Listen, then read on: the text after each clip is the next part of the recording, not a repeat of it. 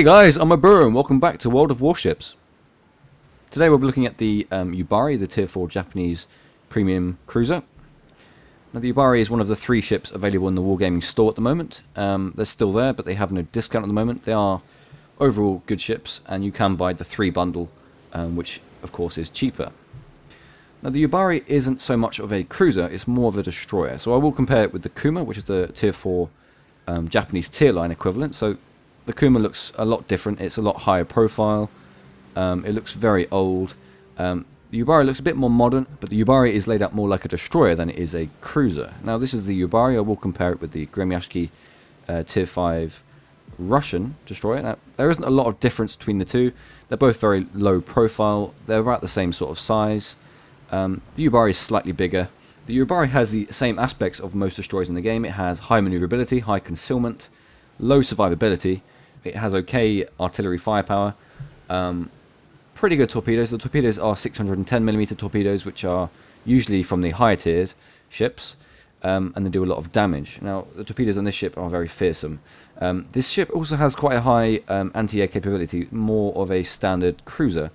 So 19 score in comparison to the Kuma's 6 score. So you can get away with not disabling the anti-air capability of this ship at the start of battle. It can very easily shoot down Tier 4 and Tier 5 enemy planes. So let's start with the statistics of the Yūbari. So the first stat is survivability, 24 out of 100. Not very good for a cruiser. I want to think this ship as more of a destroyer than a cruiser. So I will compare it more with the Gremyashki than I will with the Kuma. So 18,300 health.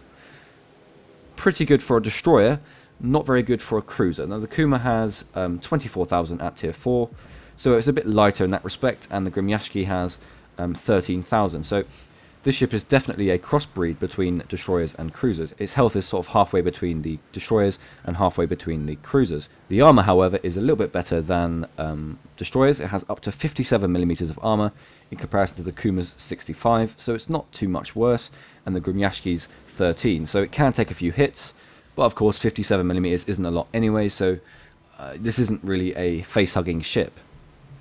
In the Citadel, it has 20 to 57mm. In the forward and after ends, 6mm. The gun's casemate is 0, and the armored deck is 20mm. So it is kind of easy to get Citadel hits on this thing and do some serious damage. Most cruisers, their weak point is usually in the center, but this thing, it doesn't take too many shells before it's dead. Its health is very low, but of course it's not about the survivability, it is a crossbreed, so let's look at the other stats. So the next stat of the ship is artillery firepower. So Yūbari is actually very good in terms of overall firepower. So it has 2x2 140mm guns, one at the front, 2-barreled, and one at the back. Now these guns do quite a lot of damage. They do have quite a high rate of fire of 9.2 rounds per minute. The turn time of these guns is quite quick at 24 seconds. These guns have pretty good accuracy at 121 meters dispersion range, and the gun damage does the same as the Kuma, 1424 HE and 3024 AP. These guns also have a very good firing range of 12.8 kilometers. Now that's 400 meters better than the Kuma and a lot better than the Japanese destroyers. So you can think of this thing as a weaker version of a cruiser with a further firing range, with a pretty good rate of fire. So the Yūbari does have fewer guns than the Kuma. The Kuma has 7 in total, but they're sort of all spread across the ship. The second gun is back mounted, so that's a bit of a disadvantage. It can't really fire back very effectively. So the Yūbari has a worse overall artillery firepower in comparison to the Kuma, but a much better score than the Japanese destroyers. It has one gun for secondary armament, which doesn't really mean a lot. It's this gun at the front here, and this gun acts as both an anti-ship gun and an anti-air gun. Okay, so the next stat of the ship is torpedo firepower. So it says here 10 out of 100. Now you would think that's a pretty terrible score. It's not the greatest score, but it's kind of deceiving because the torpedoes are 610mm torpedoes, which is the biggest caliber in this game, and they do a substantial amount of damage. Now you have 2x2, so you have one in the middle here and one just behind it in sort of the middle back. Now these torpedoes have a quite quick reload of only 63 seconds, a turn time of 7.2 seconds, and the maximum damage of these torpedoes is up to 14,600 damage. Now that is a huge amount of damage for tier 4. If you hit an enemy with a torpedo, you can very easily wreck their ship. Most ships of tier 4 only have health between sort of 15,000 to around sort of 25,000. So with these torpedoes, you can very easily destroy enemy destroyers, and you can seriously damage enemy cruisers. And the torpedo speed is very quick as well, at 63 knots. Now these torpedoes are very good for this tier. It seems like more of a tier 6 or 7 ship torpedoes been transferred to tier 4. Max distance of these torpedoes is only 6 kilometers. That's quite good for a tier 4 ship. Most of the time you'll be duking out within close proximity in this ship to the enemies, and 6 kilometers isn't bad at all. If you hug rocks, if you play this like a destroyer, hug rocks, do your torpedoes and then get out, you can very easily take down ships with the huge amount of damage potential these torpedoes have. So the next statistic is anti-air capability, 19 out of 100. That is a very high score for a tier 4 ship. You would usually expect 19 to be of a tier 5, tier 6 ship going upwards. You have anti-air guns spread across the ship, including that very big gun at the front there, which acts as both an anti-ship gun and an anti-air gun. This is more of a fleet defender ship. If you want it to, you can very easily shoot down enemy planes, torpedo bombers, dive bombers, etc. Of course, you can disable your anti-air capability at the beginning of the game to maintain your concealment, which is quite high in this ship. Okay, so the next stat of the ship is maneuverability. So 77 out of 100. That is a fantastic score for a tier 4 cruiser. But this is more of a crossbreed, so we have to put in respects of the destroyers and the cruisers. Maximum speed of 35 knots. Now that's above average for a cruiser and below average for a destroyer. It's a very good speed overall. The Yūbari can get to its top speed of 35 knots very quickly, so it's very good overall. So the turning circle radius of the Yūbari is 690 meters. Now that's very good for a cruiser, not very good for a destroyer, but in comparison to the Grimyashki premium ship, this is 630 and the Yūbari is 690. This thing can turn around very quickly and avoid obstacles, avoid shells, straighten up to avoid the enemy. Very good maneuverability overall. So the rudder shift time of this ship is 5 seconds. Now that's only slightly worse than the Sims and slightly worse than the Grimyashki. So 5 second rudder shift time for a cruiser is a very, very quick shift time. The last stat of the Yūbari is the concealment. Now 74 out of 100 is a fantastic score for a cruiser. In comparison to the Kuma, it is 11 better. The Kuma has 63 and the Yūbari has 74. So it has a surface detectability range of 9.9 kilometers and an air detectability range of 4.7 kilometers. So this thing can hide very easily from planes, and of course you can fire above your surface detectability range of 9.9 with your guns that go to a max distance of 12.8 kilometers. So the concealment is very good. You can get away with turning off your anti-air capability to avoid being spotted, but in my opinion the best thing to do is to keep that on, hug rocks, fire your torpedoes and duke out with cruisers at sort of your max distance of 12.8 kilometers. You can do some serious damage in this ship if it's used correctly. Okay, so let's look at the modules of the Yūbari. Now, as a typical premium ship, you get more experience and more credits per battle, per game. You do, however, have no modules, but the standard ones here are not bad. This is a crossbreed between a destroyer and a cruiser. So this thing is a crossbreed between a cruiser and a destroyer.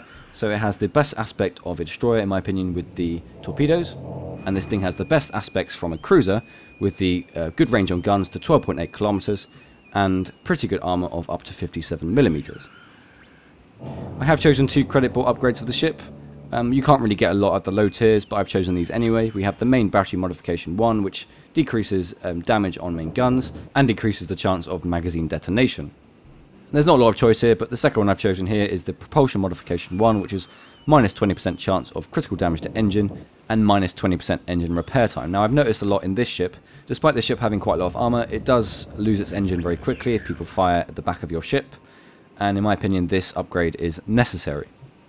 So the Yūbari is a good ship overall. I like to use it more like a brawler than a sort of duking from long distance, but of course you can utilize those guns, the 12.8 kilometers max distance, to your advantage. But of course the torpedoes only go to a max distance of 6 kilometers, and the torpedoes on this ship are very, very good. So I like to use this ship mainly within 6 kilometers to utilize the torpedoes and to utilize the guns at close range. If the torpedoes do a substantial amount of damage, and in my opinion the torpedoes is the best aspect of this ship. Okay, so let's get into some games. Okay, we're on Big Race Encounter Battle with the Yūbari, and we're in a mostly tier 5 game. There are a couple of tier 3s. There's a Gremyashki on my team and a Gremyashki on their team. There is also aircraft carriers, which I will be a bit wary of. I'll probably utilise my anti-air capability of this ship to shoot down some planes and defend the fleet.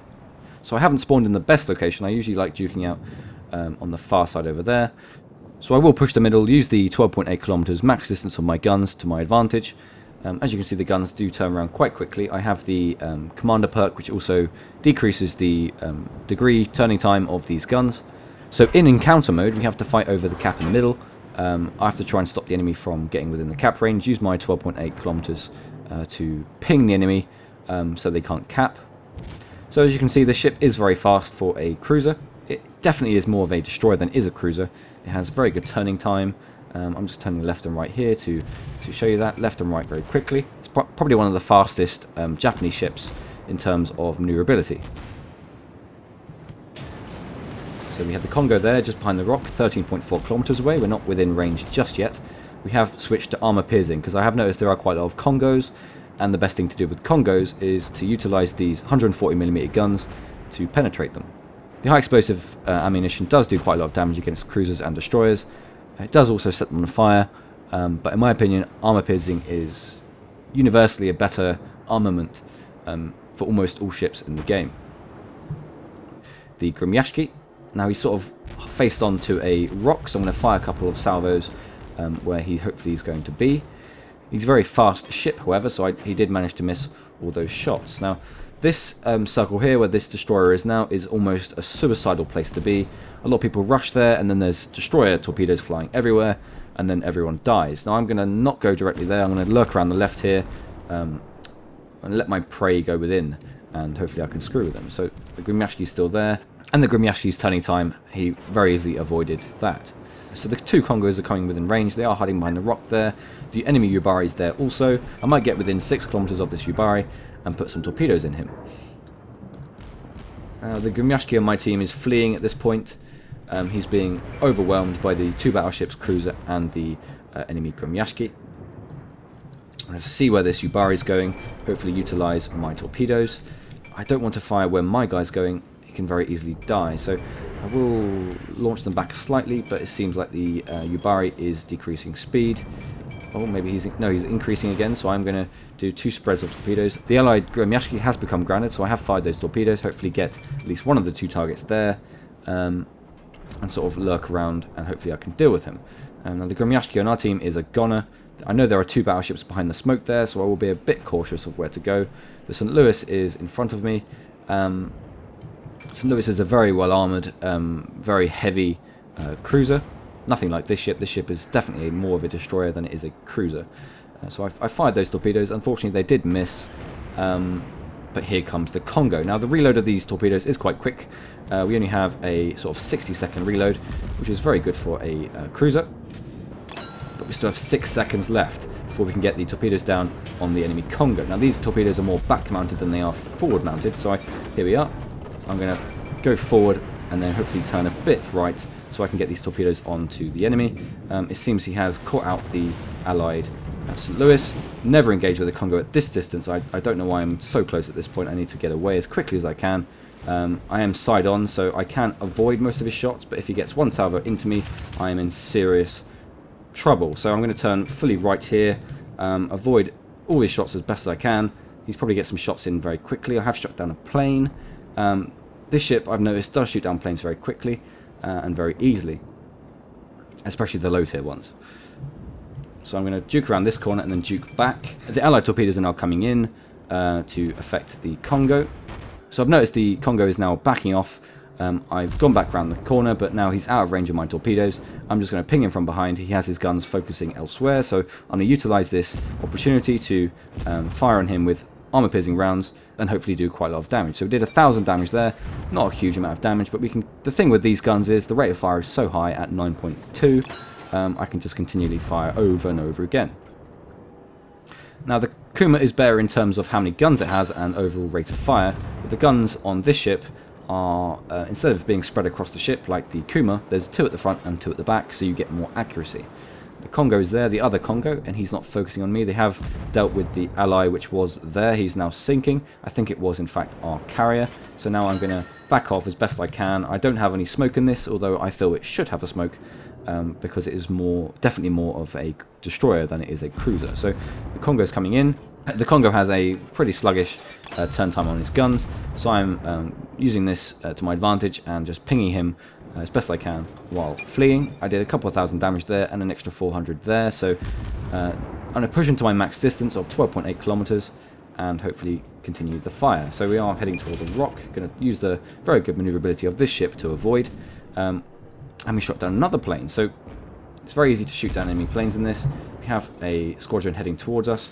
I think he will target us, but we're going to fire on him anyway with the anti-air capability. So I'm going to focus on him with the Alt button, which channels the anti-air to fire at that single target as opposed to many.